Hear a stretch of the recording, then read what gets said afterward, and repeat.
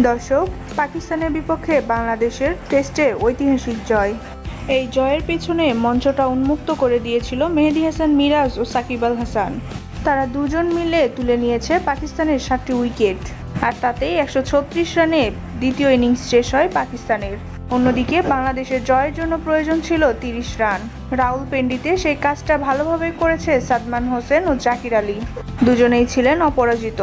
সাদমানের সংগ্রহিত অপরাজিত 9 রান, জাকির আলীর পাশে অপরাজিত 15 রান, আর তাতেই বাংলাদেশ পায় টেস্ট পাকিস্তানের বিপক্ষে প্রথম জয়।